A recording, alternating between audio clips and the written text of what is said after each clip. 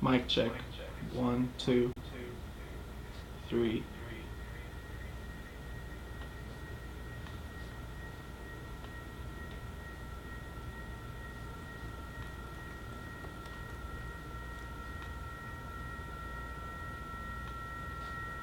Mic check. One, two, three.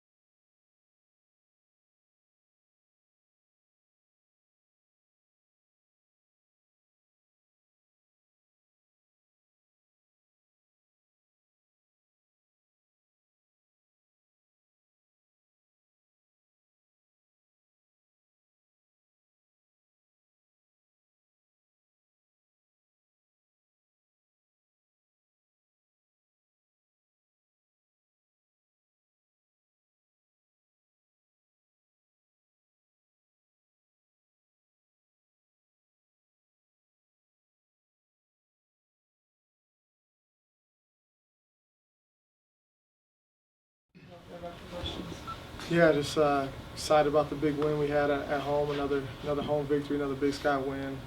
Guys played hard. The guys stayed together for the game, the entire game, and we were able to pull off one at home. And now we got another daunting task going on the road to play another ranked team. And it's very difficult to win on the road versus ranked teams. So it'll be a very important week of practice for our guys to lock in, get better at what we do, and go on to North Dakota and try to do as best we can. The turnover battle between you guys, you're both, 1 and 2 in the conference right now. Well, how much is that going to play in the part of that game? That'll be a big part of the game. Their defense is one of the best defenses in Big Sky. Arguably them or Montana, probably the two best defenses right now. And they bring a lot of pressure. They got guys that are really smart about their system, so they know when they could be aggressive. They know when they could cheat, and so those guys jump a lot of balls. And they can bring so much pressure that the quarterback's got to make quick decisions. Time of possession is kind of weird. Like, I think they're number 1 and you guys are number 13 in the Big Sky. Does that mean anything at this point, or? It's really about efficiency for us. Can we be efficient? We try to play great situational football and be good at certain things, offensive, defense, and special teams. So we focus on those things. Time of possession is not one of them. Not saying it's not important, but we feel like if we take care of the situations that we've determined to be important, then we'll be successful. Does that worry you that your defense might tire out by the end of the game, though? I don't know. Because the time of possession, they're in the huddle. So while they're in the huddle, the defense is not going. Davis was in the huddle too. We didn't get very tired last week, even though they had the ball a lot more than we did. They were huddling and shifting and motioning a bunch of the time. So we were just sitting there waiting for them to snap the ball. So against Montana, the discrepancy of time of possession wasn't as big, but our guys were pretty gassed, played a lot of plays. So time of possession is an important stat depending on what kind of team you are and what you're actually doing with that time of possession. So they have 2 running backs, both putting up pretty big numbers. What's the difference between the 2? It's a huge difference. One's 225, the other one's 180. It's thunder and lightning. Those dudes are really good. They're both averaging, I think, 75 plus, maybe 80 yards plus. And they're 2 of the best running backs in the Big Sky, and they're on the same team. So very dangerous. They'll use Santiago all over the place. At slide, he's a kick returner. He does some punt returns. So those two dynamic players that our defense got to deal with this week. Torg, when it comes to facing a running team that's they are just going to run the ball a lot, does that get you more excited? Do you just get a stopgap a little more? Well, yeah, yes and no. I think our D-line does a great job. I love being in there with Big Fest and Peely and Talbot. I think they do a great job. And I think we play well off of each other. When one guy's struggling, the others are picking up slack and playing well. And I think that's just going to be something that we key on and do well throughout the game. As a whole, does this offense kind of fit your guys' strength a little better? Yeah, I would say it works kind of hand in hand with that. Our D-line has been pretty well, and our defense as a whole has been pretty well at stopping the run. We have struggled a little bit in the past, but I think we're getting better at it. We're improving each and every day. We practice it a lot and go over the plays, and I think if we just play well together and do our 1/11th, we'll be all right. So how has the depth and rotation on that defensive line helped you guys this year? Oh, it's huge. This has been the first year that we've had a lot of guys on the D-line that we rotate. Everybody's getting significant amount of playing time, and I like it. I enjoy getting a break, and I know other guys appreciate having somebody in the rotation that's going to go in there and do just as good a job as any of the starters. Same question, Taylor. How has that kind of just helped you guys stay fresh during the game? Just to echo what he said, it's pretty nice. Because we were getting pretty tired out there sometimes. So, especially in Montana when it was fast paced and we were just going every play. It was nice to the next drive, Lloyd could come in and sub for me, and it's just the second guy is just as good as the first guy. I feel like for the entire D line, so it's kind of nice that there's no drop off in skill. So. Coach, how is someone like Luke coming in from an Oregon State kind of help bring leadership, I guess, to this team? Yeah, he's been good. It just brings a different perspective for the guys. So they could always ask him if things don't seem right. They could, hey, is this how they did at Oregon State or whatever the case may be. But Luke's really bought in and done everything we've asked from day one. And so he's been a great addition, not only as a player but just a personality that just wants to be a part of a good team and wants to win. And he's brought that to our team. So how did he end up here? Previous relationship with Coach Hunt. So Coach Hunt did a great job of after he graduated and got his release, got him down here and make sure we filled out all the paperwork so he could play. But he wanted to finish out his career playing football, and he wasn't getting the opportunities to play on the field just like he wanted at Oregon State. And so we made the choice to come down to Cedar City, and it's done a great job. Torg, with stats at this point, I don't really feel like mean anything, but offense, both on scoring and total yards, you guys are sitting at the bottom of the league. Does that put more pressure on you guys as a defense? Definitely. You know, I think we take that and look at it as, you know, we need to improve.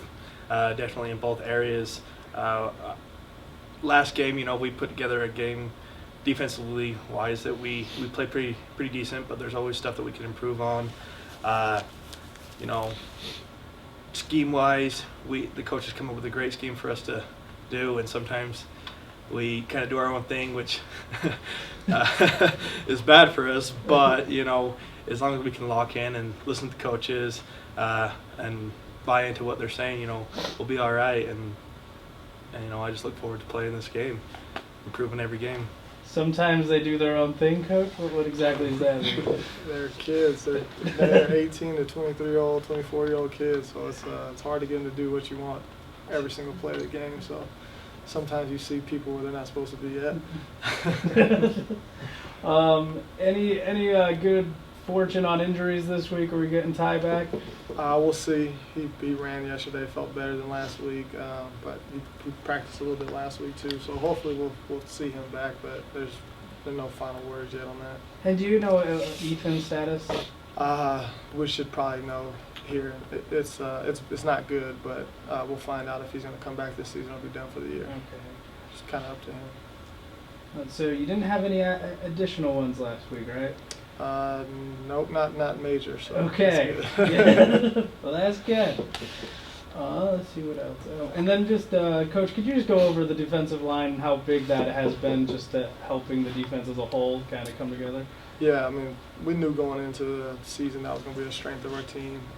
So having Peely, Torg, Fessy, and Talbot kind of take the lead, but then also having Chance and Anu and Luke and Lloyd, having those guys to come in. I mean, how close those guys are, the way they feed off each other, are just great examples for the whole team to really hopefully look at and see. This is a team game. Like, I know Torg probably wants to play 90 snaps a game. I don't know if he can physically, just he gets tired. But those guys all want to play, but they're happy for the next guy. I mean, this morning we watched some guys celebrate on the sidelines when guys made huge plays, and you've seen Anu, when Peely got his sack, jump up and down, just excited for the next guy. So they're just great examples for our whole team, and I think they're hopefully helping our culture out, not only in the D-line, but throughout offense and defense. Peely, I'm going to knock on wood a lot on this question, but do you think that just being able to rotate with so many guys, has that helped you guys stay healthy this year? Yeah, definitely. Yeah, you know, it's always good to get a lot of rest and not play as many snaps. I remember as a freshman, it felt like we had like the same kind of linebacker situation. Everyone was getting injured, and we had to play the entire game, and it felt like at the end of the game I was like held together by duct tape pretty much. But yeah, this year it's definitely helped us stay healthy, so pretty good. So how have the new additions kind of fit into this group? Because you guys have been kind of a group for a while now.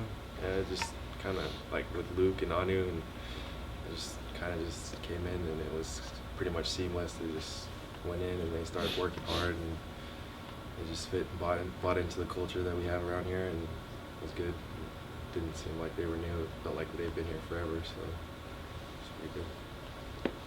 Now, Coach, offensively, are you concerned with the struggles so far this year?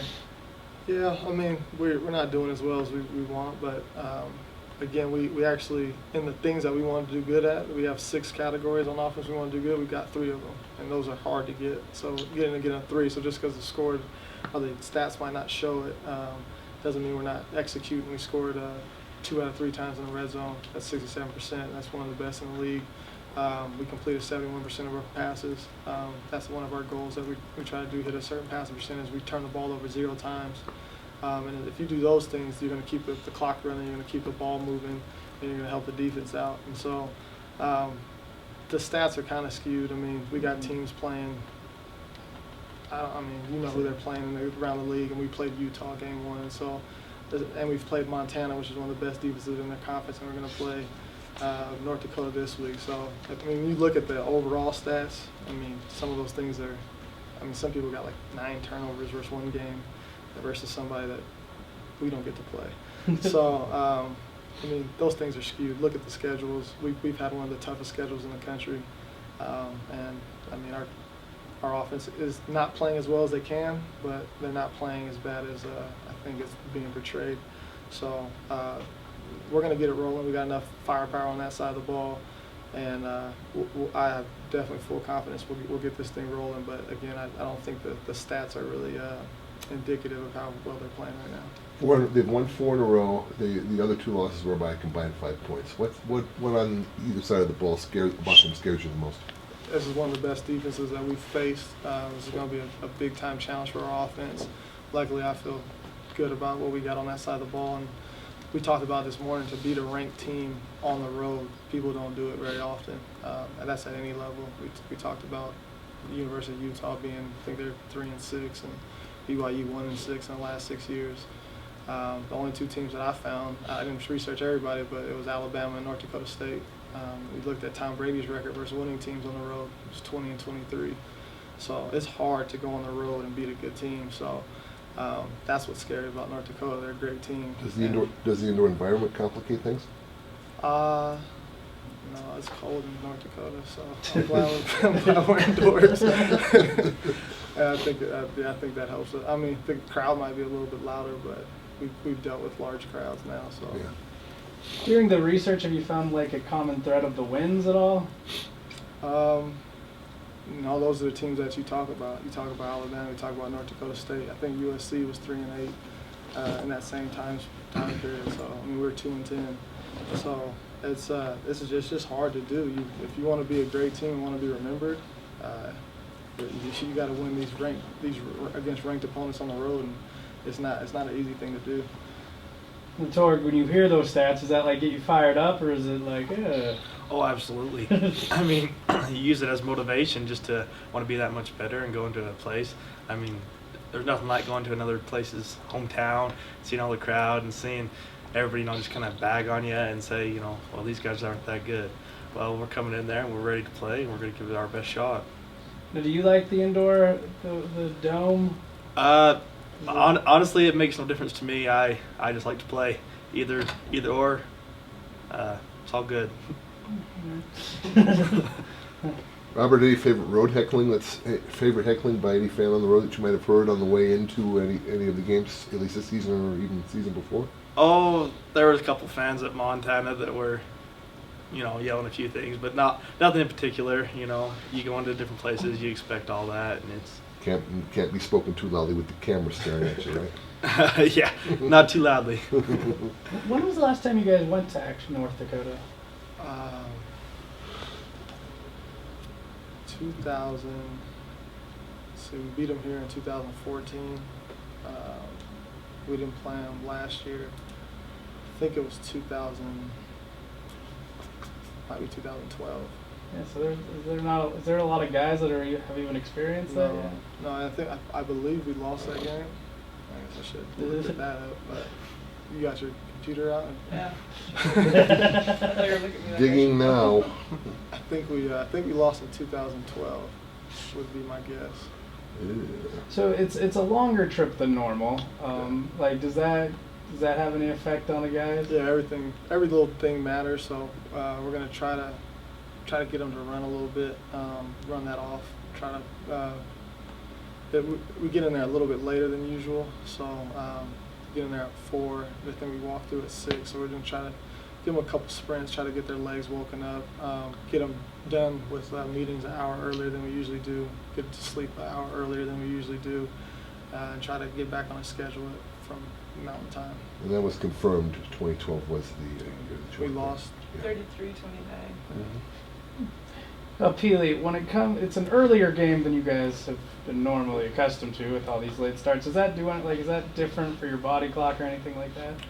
Yeah. I actually like the later games a lot better, but I mean, it's still football, so I love to play it. So anytime, it's a pretty good time to play usually.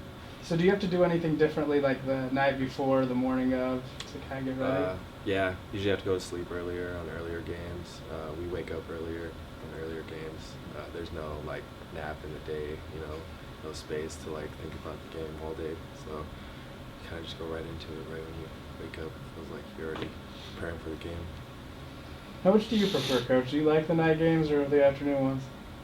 They both got their benefits. I'm a football junkie, so either you watch it before or you watch it after. But it's fun to always check around the country, see how things are going. So it's, I guess, in the morning when you're done early, you get to really enjoy the games instead of kind of just glancing at the score and trying to focus on what you got to do. So this will be the earliest game, so we'll see how this one goes.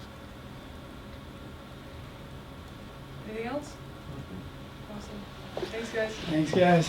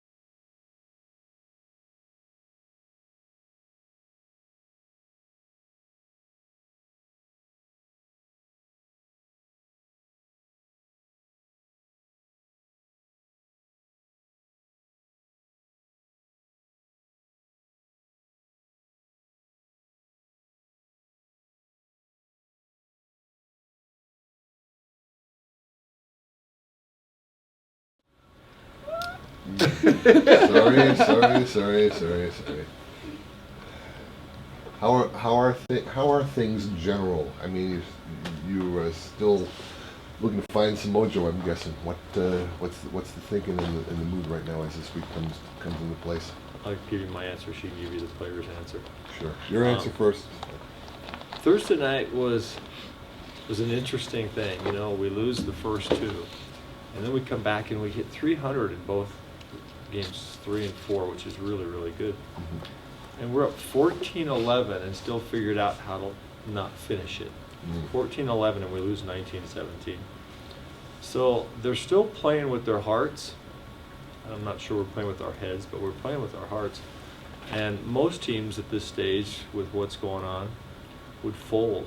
And I don't think they folded. I don't feel like they folded. So in a strange way, I'm proud of them, even though we're not doing well, kind of thing, because I think it says a lot about them.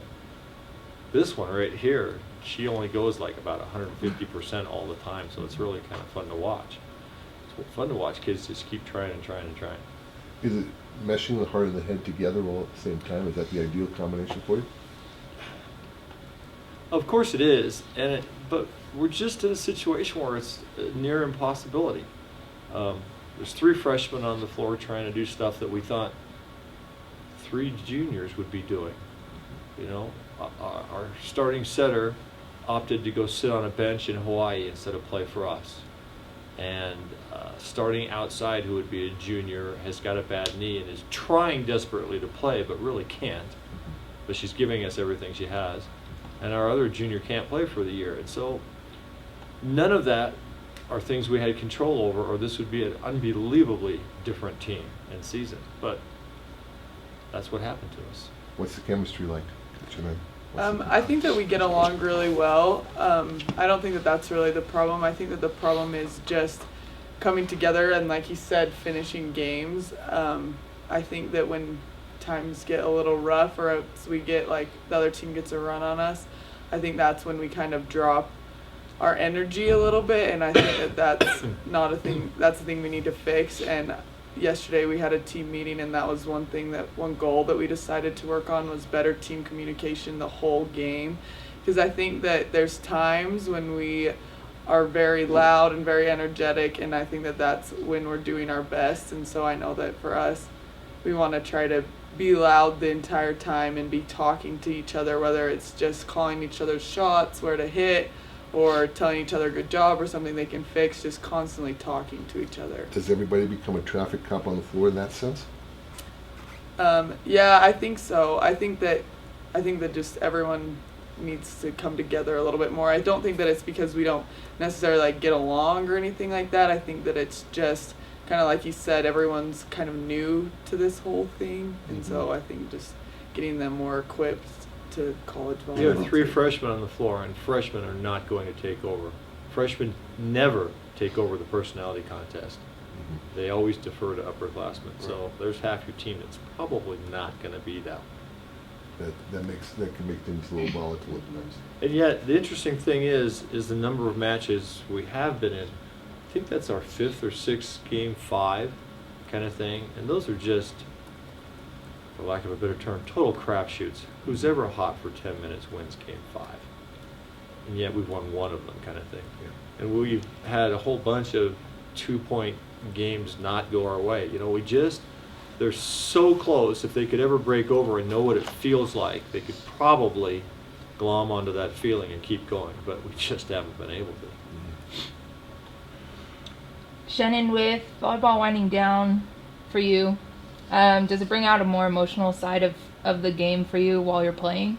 Yeah, I think so. I think that even these past few games that we've been playing, it kind of is like a bittersweet feeling. You don't really realize that it's ending until it kind of does. And I think that for me, it just makes me want to play without any regrets. So for me, I just want to play and have fun and enjoy being around my teammates and enjoy playing for my teammates. So I think that for me, it's just brought out more of like, I want to play harder and play smarter for my teammates, more type of thing. Coach, how are you keeping your girls motivated? I know you touch on this of saying, they don't give up, but what are you doing to promote I don't know that? the slightest idea. I'm not really good at the Newt Rockney speeches because I wasn't that kind of player. I just kind of took pride in my effort. The one thing you control completely is your effort. Everything else is kind of up there in space. We keep pushing. They're probably tired of hearing me say that the thing that hurts us the most are the unforced errors. But until we stop doing that, I have to keep saying it because I'm the coach. I get tired of hearing me say it also. So that's probably not a motivator. But right now, the learning curve is just so great because we're so young with those kids. We say, well, you have 3 seniors in the lineup. Well, but one's in a non-scoring position at the libero, so she can't help us. And one's in the middle blocking position, which never gets enough attacks. So Shannon is kind of out there on an island all by herself. So it's just a hard situation, and yet, on the whole, I think that these guys just keep coming back. I'm really kind of impressed with the way they do it. It'd be more fun if the results at the end were something good. If we had closed out at Idaho like we should have, that weekend would have a monstrously different feel to it. But that just hasn't been our year. And our best outside hitter didn't make the trip. She was sick as a dog. We didn't even bring Mackie. So we're doing it without her too. Do you find yourself like tweaking practice to make it, I don't know, more appealing to keep them You ever seen going? the movie Hoosiers? Yes. Yeah, well then you'll know that practice is not for necessarily to be fun, it's to Right, get something right, right. accomplished. Funny you would ask that. I tried to tweak it a little bit yesterday to make it a little different. I threw in a drill that was different, a second drill which we didn't even get to, kind of thing, because I was kind of afraid that, oh my gosh, are they going to get to the stage where this is going to become too hard? But you know, they just came out and did what they do.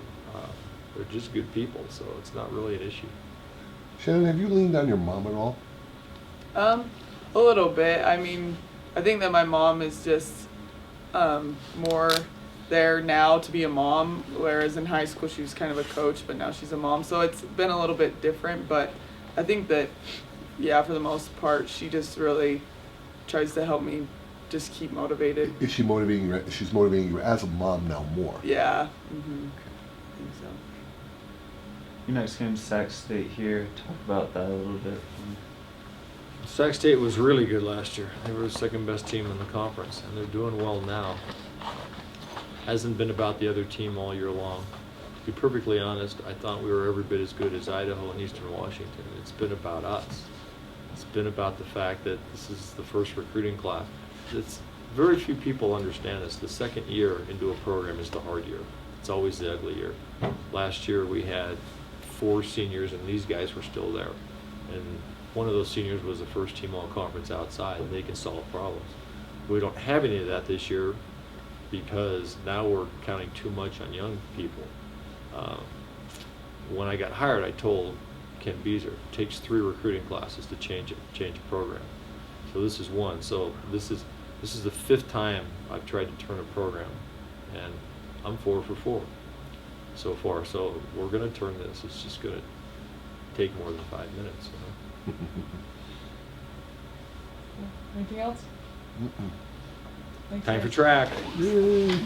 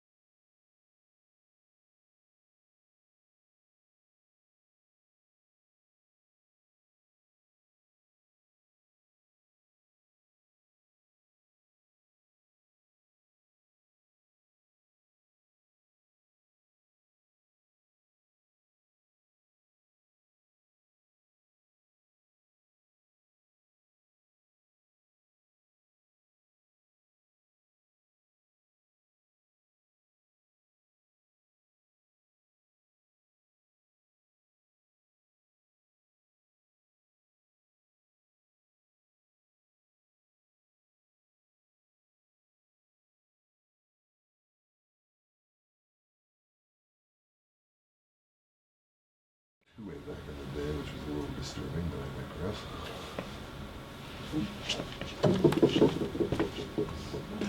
All right, Coach, you want to start with an opening statement, and then we'll open up for questions. Okay. As you know, we had our home meet. It's always nice to have a home meet because it's Unlike some other sports, we don't have interconference play required. And so what ends up happening from there is everybody chases performance. National regionals are based on, in conference and track and stuff is based on performance. So if 5 flat is the qualifying mark, if you don't run 5 flat, you don't get into that conference championship, no matter how many conference games you've won or how many races you've won. And so the whole goal becomes to find the meets that will elevate your athletes to a performance level that will qualify them for the conference championship. That being said, though, it's still nice to have a home meet so people can at least see, the team. And this year, typically I redshirt, I sit out our top team because we get ready for the very next weekend. Like this week, we're heading off to Wisconsin for a higher level meet, a national meet, and so. But I felt like I worked it into the training scheme and that shortened the race so that it wouldn't count against us if by some slight chance in cross country things can score against you. And we used it just as training. So it's nice to get out on the golf course. We had a really good, I felt like a really good crowd out there and some good performances from our guys and gals. And so it was a great meet, but it was a preparation for Wisconsin. 25 of the top teams in the country were invited to Wisconsin, and Southern Utah's men were invited, so that's kind of a feather in our cap. This will be our first time we attend that meet, although we've been top 25 a number of times. But so we're going to go and we're going to race. If we can break into the top 15, that'll probably push us into the national championship as a team. So that's our hope. And then Friday, the women will head to Santa Clara to race there. I believe what we gained from Sacramento was a confidence booster for the team, and I think Santa Clara will equally do that. We won't be racing our number 1 or number 4 there at Santa Clara, so it'll give some other younger athletes an opportunity to race with the team. Charlie, the home meet, just what was it like to be able to race at home? It was really nice. The weather was beautiful. It's a tough course. I mean, not horrible, but I mean the hills, and it's not as bad for us. I think other schools complain about the elevation with the hills, but it was just good, and it was good to have more than just like 8 or 9 girls race. We had all the girls team there, so that was fun to be able to warm up with everyone and cheer each other on and support each other. And like Coach said, we still trained through last week. Like that was our 4th workout of the week. But I mean, we still won the meet with those conditions. But yeah, I think it was really good. I think it was fun for all of us to race together, and it was it was a good race. Coach, anything stick out as far as what you might want to achieve? Hit that top 15 in Wisconsin after Wisconsin this week? Yeah, I think if we can, we've had some hiccups as we probably have explained in the last ones where we had 2 guys off pace at Minnesota that affected, even though we placed really high there, we're a better team than that. We should have been top 2 with an outside chance to win the Minnesota meet.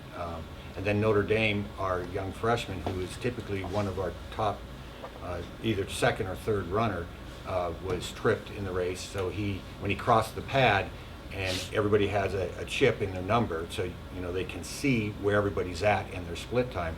So after the fall, after the first K, he was in 140th place, and by the time he crossed the pad at the finish line, he was in 46th place. So he made a comeback, but if he is where he should be right here, that's 30 points off our score.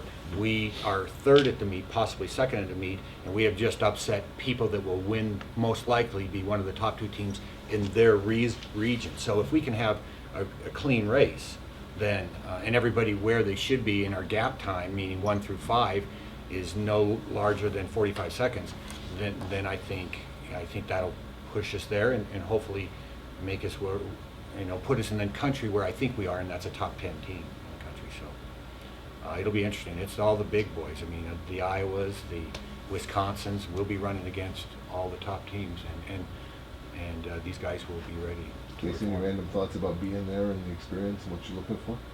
Yeah, I think it's going to be a big meet for us. Like Coach said, it's going to be a pretty big meet to determine where we're going to be at nationally ranked and if we have enough points to get into nationals based off that. But I think for our team, we have a very young team. I think we're traveling 9 guys, we're traveling 1 junior, everyone else is underclassmen. So for us, we have a lot of talent, we have a lot of potential. And I think if we can kind of just get everyone's headed into it and get everyone racing right, and the more experience we're going to have this year, the better we're going to perform. So last 2 meets, we could have improved on that. I think we can take what we learned from those 2 meets and improve on it this meet and really show that we are quite a good team. Casey, Coach mentioned the couple little things that kind of went wrong in those meets. How much does that motivate you guys this weekend? Oh, for sure. I mean, you talk to anyone on the team, they're like, Wisconsin. Like, that's a big meet. Everyone's looking forward to it, and it's our first year there, so there's a lot of allure around it. There's a lot of hype around it. Yeah, it's our first year. It's a big thing. But, you talk to anyone from our number 1 to our number 9, everyone's amped and excited for the meet, let alone, being the kind of hiccups we've had. But I think the people that have had those just kind of want to get out there and prove that, I'm better than this. I can go out there and I can race with anyone and kind of show what they have. Charlie, last time the women's team went to California, you had a great finish, second place. What do you guys need to do to emulate that success this weekend? I think we just need to go in confident, know that we're a better team, and we're also a very young team as well. We have a decent amount of freshmen in our top 8, but I think going into Sacramento, we were excited, we were ready to race. There was a lot of other schools there, so I think we just need to take that confidence. And another thing is I think a lot of girls on our team push each other. We had 3 girls finish right next to each other, so that helped a lot too. So I know going into a race this weekend, I think we just need to be confident and have a good start, have a good finish, and just know that we can place really well and just push each other. There are 3 things that we try to really focus on that really affects performance. How we start the race, how we finish the race, and the gap time, the one between 1 from 5. Finishing 3 really close back to back cuts everybody else out. Like at Wisconsin, there will probably be in this much space 10 people. And so this much space isn't a lot of space, but the number will look big. And so keeping that gap closed is really, really, really important. So we do practices that focus on that. Then how you start the race, like life, is pretty much sometimes how you finish the race. And so if you go out jogging, I'm going to save some energy and I'm just going to go out a lot slower, you're left behind. I mean, it's like a freight train. If you've ever been in a train station, if you don't get on board when that thing starts to move, you're left behind. And so to train them to be able to go out and drain really their PC system, that energy system, and then be able to recover fast enough to continue that race is a trick in itself. And then to go into oxygen debt with 1/2 of a mile left, and you're not completely in oxygen debt, but you've all run a mile before. You know how you feel at the end of that mile, and then you have to try to pick the pace up.